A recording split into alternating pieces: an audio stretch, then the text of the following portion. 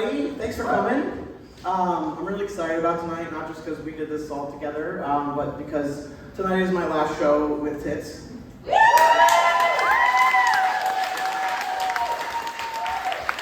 excited. So if you could do me a favor and not stare at my tits for the next 10 minutes, that'd be great. Thanks. These are not the titties you're looking for. That was so dumb. So I think that gender's kind of hard for people because it's not black and white, you know?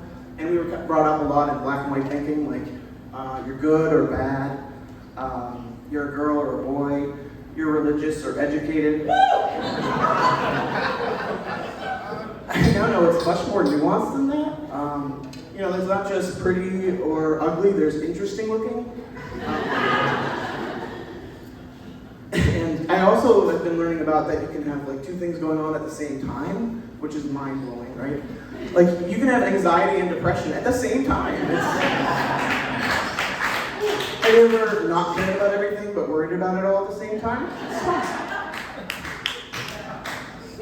I started taking testosterone a few years ago. You just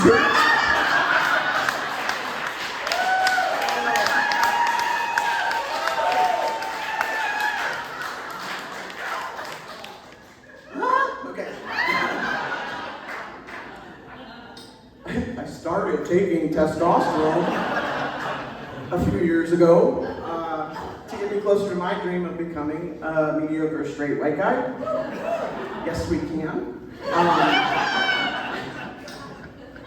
After 40 years of being a lesbian, I was like, this sucks. I have to try really hard. I want praise to go up and I want expectations to go down. I want to show up to holiday events without food or presents or pants. And everyone's just really happy I showed up. So I'm not completely off the hook though, because even though my testosterone levels are good, I'm still getting a period, which I don't know about you guys, but nothing makes me feel like more than a man than when I bleed out of my vagina. Right? Yeah, he knows. So my wife's been really into Lazy Susans lately. You know what I'm talking about, right? The little spinny organization things. So look, I get it. They're cool. They're useful. I just don't want to talk about it at length or at all, you know. But my wife wants a little bit more from me. You know, she wants to show me the video of the Lazy Susan. She wants to show me all the stuff she's going to put in the Lazy Susan. And she wants me to be as excited about the Lazy Susan. And at this point, I don't even want to meet someone named Susan. But you know, if you want to be a good partner, you have to show interest in the things. I know this because I have a master's degree in marriage and family therapy.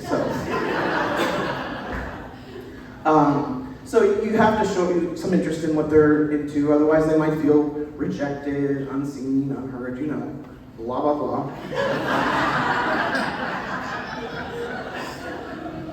I don't feel like I really showed up very well in that moment. And I've been working on my enthusiasm. Can I practice it on you? You gotta imagine my wife just said, Lazy Susan. Okay? Did you just say, Lazy Susan? Oh my God! I've heard about those since the 90s. This is the coolest thing you've done for us since you bought and replaced all the light switch covers. Which also changed our lives.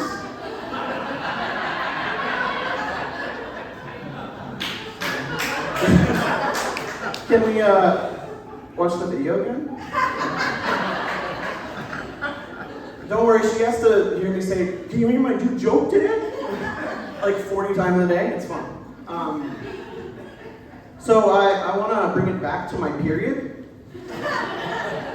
You've been waiting for it. I hope this guy talks about his period again. I got my first period at band camp. I didn't have to write a joke. My mom, who is very hippie, but was very hippie back then, she had a little group of witchy friends witchy lesbian friends, or what I call lesbians. And they decided to put on a moon ceremony for me to transition me into womanhood. Didn't work. Didn't work. For those of you who don't know what a moon ceremony is, lucky. I've never actually met anybody that also has had one. So all I can do is describe to you what I remember. So the people that were there were me and my mom and a bunch of lesbians. And I was sitting on the floor, crisscross applesauce, while they put a crown of glittery moons on my head. And there was one of the lesbians was wafting sage, a tart, and because you gotta cleanse shit. And there was like an altar, a witchy altar in the corner, or a Walter. They're so stupid, like, can you love them? It had to be by the window because the crystals had to charge by the moonlight.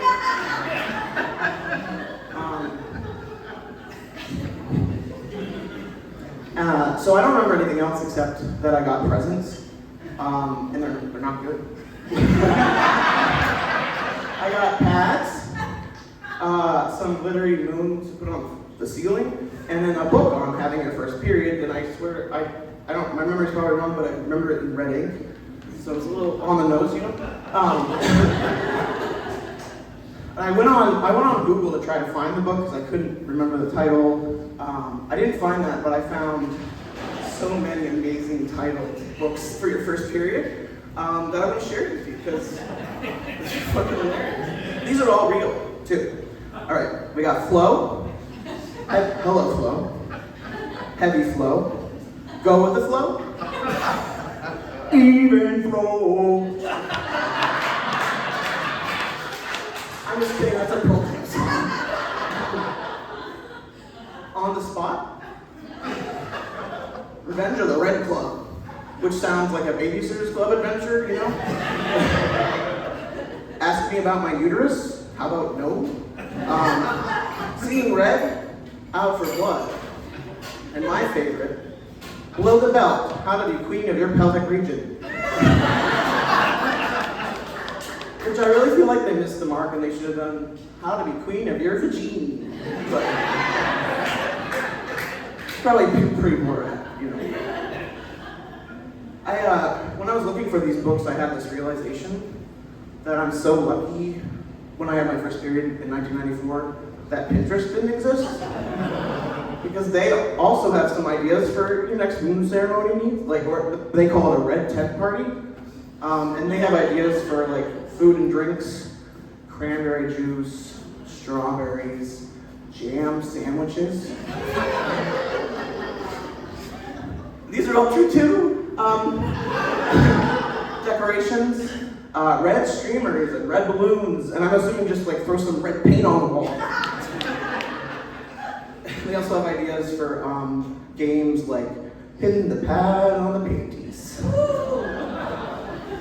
Or Stuck in the Blood, which I didn't look into because I don't want to. And then they also were like, you could get a uterus-shaped pinata. Because you can totally get that at Target, I'm sure. Also, what comes out of it when you hit it with a stick?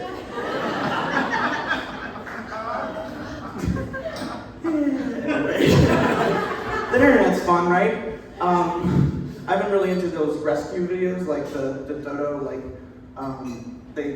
people like rescue animals and they bring them in and they spend all this time, money, and energy helping them rehabilitate them and giving them a really good life. And it's so heartwarming and it fills me with so much joy and hope about the world.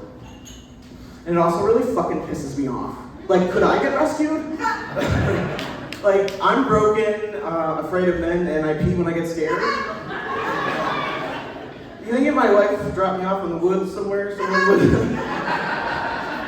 take me home and rehabilitate me, or at least fix my teeth?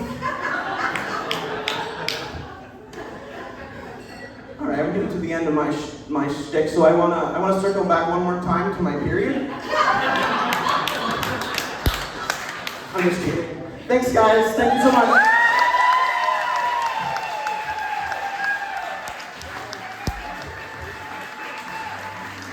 Drew Floyd, everybody!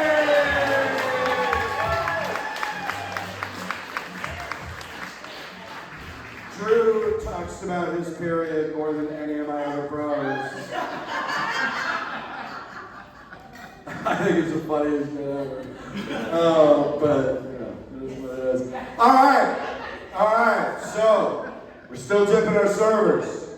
We're still digging deep to support ECC. We have one more incredibly talented human to bring to the stage tonight. That's right. Transplant from Chicago. Fighting for good from within the machine. And let me tell you, friends, she's got an exceptionally comfortable fucking couch. Give it up for Katie Lubin!